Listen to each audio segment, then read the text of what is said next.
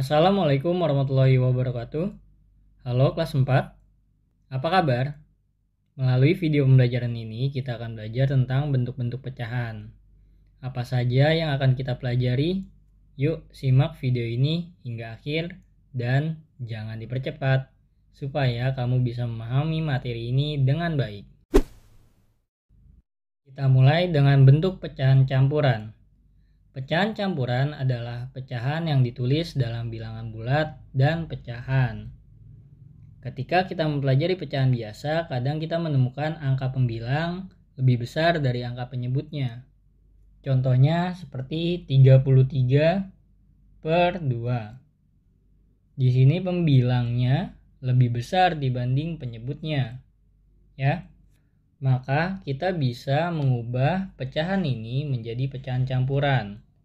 Dengan cara, cobalah kamu bagi terlebih dahulu.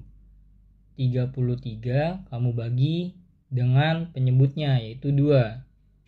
Kita mulai pembagiannya. Lalu 6, 12. Nah, kita mendapatkan 33 itu sama dengan 16 dan sisa 1. Jadi, pecahan campuran dari 33/2 adalah 16 1/2.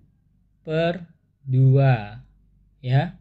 16-nya ini ditulis di sini ya, menjadi bilangan bulatnya. Lalu sisa 1 ini kita taruh sebagai pembilang dari pecahannya.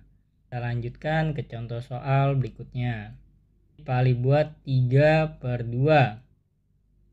Kalau 3/2 di sini berarti 3 dibagi 2 1, sisa 1/2. Maka ini dibacanya bisa 1/2 atau kamu bisa baca dengan 1/2. Jika kita lihat dari kedua contoh tersebut, kita dapat menyimpulkan bahwa pecahan campuran itu ternyata memiliki syarat. Syaratnya adalah pecahan tersebut harus lebih besar pembilangnya dibanding penyebutnya.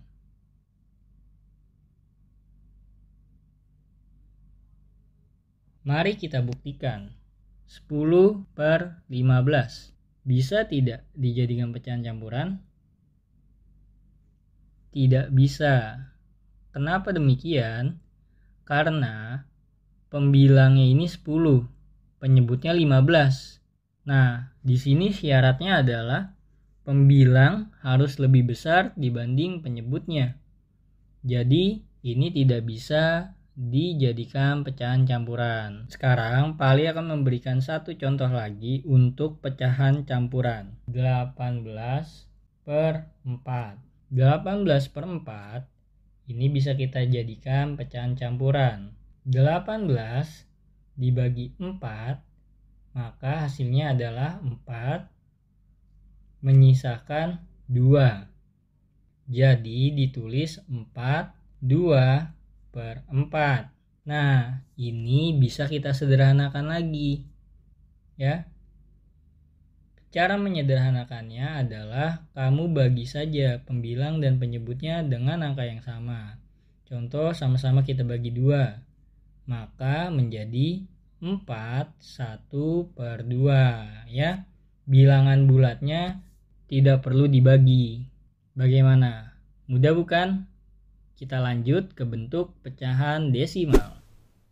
Pecahan desimal adalah pecahan yang memiliki penyebut 10, 100, 1000, 10.000, 100.000, 1 juta, dan seterusnya.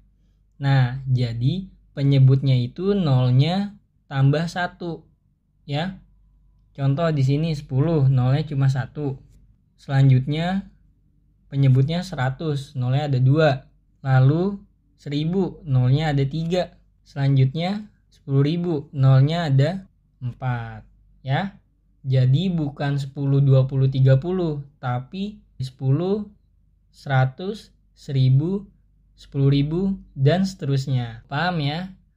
Misalkan contohnya 1/10.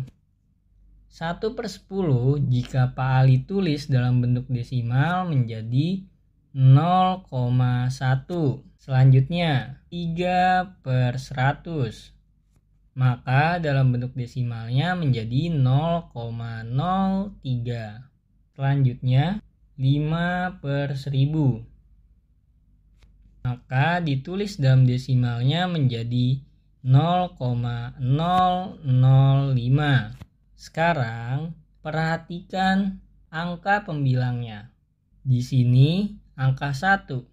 Angka 1 itu berada 1 angka di belakang koma. Maka nilainya adalah per 10. Selanjutnya 3/100. 3/100 jika ditulis dalam desimal adalah 0,03. Perhatikan pembilangnya. Di sini pembilangnya adalah 3. 3 berada 2 angka di belakang koma. 1, 2. Ya, berarti 3 ini menempati nilai per 100. Mengapa 2 angka? Kenapa nggak langsung 0,3 aja? Karena penyebutnya adalah per 100. Nolnya ada 2. 1, 2. Jadi harus 2 angka di belakang koma, ya. Jadi kita tambahkan 0, baru kita tulis 3-nya. 1, 2. Baru ya di angka keduanya ini kita tulis 3. Selanjutnya 5/1000. Jika ditulis bentuk desimalnya 0,005. Perhatikan pembilangnya. Pembilangnya di sini adalah 5. 5 berada 3 angka di belakang koma. Ini komanya. 5-nya di sini. Berarti 1, 2, 3. Berarti 5 ini menempati posisi per 1000. Karena memang bentuk pecahan biasanya adalah per 1000. Nolnya ada 3. 1, 2, 3. Maka harus ada 3 angka di belakang koma. 1, 2, 3. Mari kita coba pecahan lainnya. Misalkan 51/1000. Ya, di sini nolnya ada berapa? Ada 3 ya. 1000 itu nolnya ada 3. 1, 2, 3. Sedangkan pembilangnya hanya 2 angka. 1, 2. Maka bentuk desimalnya diawali dengan 0, lalu kita tambahkan 01 ya. Karena dia angkanya pembilangnya cuma 2. Sedangkan di sini penyebutnya nolnya ada 3. Jadi kita tambahin 1. Ya 0,0 baru kita tulis 51. Paham? Jadi pas di sini 3 angka di belakang koma. 1, 2, 3. Satunya ini per 1000. Ya, 5-nya ini per 100. Kok bisa beda? 1 ditulisnya per 1000, 5 ditulisnya per 100. Ini dikarenakan kalau kita pisah 1/1000, ini ditulis desimal menjadi 0,001. Sedangkan 50/1000. Nah, kalau kita sederhanakan, kita sama-sama bagi 10, maka hasilnya menjadi 5/100. Oleh karena itu 5 ini nilainya per 100 ya, jadi 0,5. Nah, sampai sini sudah mulai paham. Mari kita lanjut ke contoh pecahan berikutnya. 39,567. Kita mulai menganalisa masing-masing dari nilai tempat dari angka-angka ini. Ya, kita mulai dari 7. 7 ini berapa angka di belakang koma? Ini koma ya. 1, 2, 3. Oh, kalau misalkan 3 berarti per nolnya ada 3. 1, 2, 3. Oh, berarti dia per 1000. Selanjutnya 6. 6 itu berapa angka di belakang koma? 1, 2. Oh, berarti dia per 100 ya.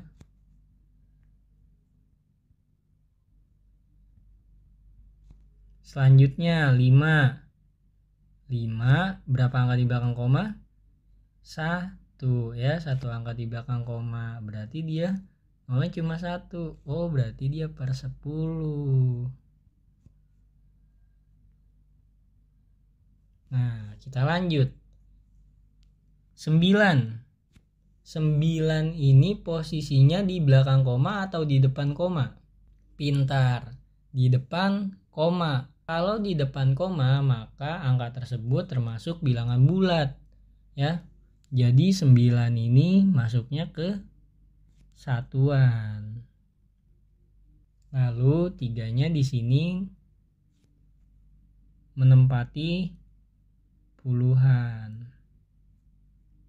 Sekarang kita akan mulai mengubah pecahan biasa ke dalam bentuk desimal. Contohnya 1/2 penyebutnya adalah 2. 2 di sini boleh kita kalikan agar menjadi 10, 100, 1000, 10.000 dan seterusnya. Tapi di sini Pak Ali akan mencontohkan dengan yang paling sederhana, yaitu kita jadikan 10. 2 dikali berapa yang hasilnya 10? Cerdas dikali 5. Kalau penyebut dikali 5, maka pembilang dikali 5. Maka hasilnya menjadi 5/10. 5/10 jika ditulis dalam desimal menjadi 0,5. Mudah ya. Selanjutnya 2/5. 2/5 penyebutnya di sini adalah 5. 5 dikali berapa yang hasilnya 10? Cerdas dikali 2. Jika penyebut dikali 2, maka pembilang juga kita kali 2. Maka hasilnya menjadi 4/10. 4/10 jika ditulis dalam bentuk desimal menjadi 0,4. Sekarang mari kita lanjutkan pecahan dalam bentuk persen. Kita masuk ke bentuk pecahan selanjutnya, yaitu persen. Persen adalah pecahan dengan penyebut 100. Jadi berbeda dengan desimal, kalau persen itu dia hanya 100, tidak kurang dan tidak lebih, ya hanya 100. Contohnya 25/100. Berarti jika ditulis dalam persen menjadi 25%. Nah, lambang persen itu seperti ini. Selanjutnya 20/100. Kita jadikan persen menjadi 20%. Nah, kalau pecahannya 1/2, cara mengubah ke persennya 2 dikali berapa yang hasilnya itu 100. Ya, ingat penyebutnya 2. Sedangkan kalau kita mau dalam bentuk persen itu penyebutnya harus 100. Maka 2 dikali berapa yang hasilnya 100? Itu ya. Berarti dikali 50. Penyebut dikali 50, maka pembilang juga kita kali 50. Menjadi 50/100. Nah, kalau sudah seperti ini tinggal kita tulis pembilangnya ya, pembilangnya 50, berarti 50% ya. Itu sangat mudah ya. Pembelajaran telah selesai. Sekarang saatnya kamu mencoba latihan soal yang sudah Pak Ali tuliskan di kolom deskripsi. Pada video selanjutnya kita akan membahas soal prediksi ulangan harian 1. Jadi jangan lupa di subscribe supaya kamu tidak ketinggalan video-video pembelajaran selanjutnya. Semangat belajar. Wassalamualaikum warahmatullahi wabarakatuh.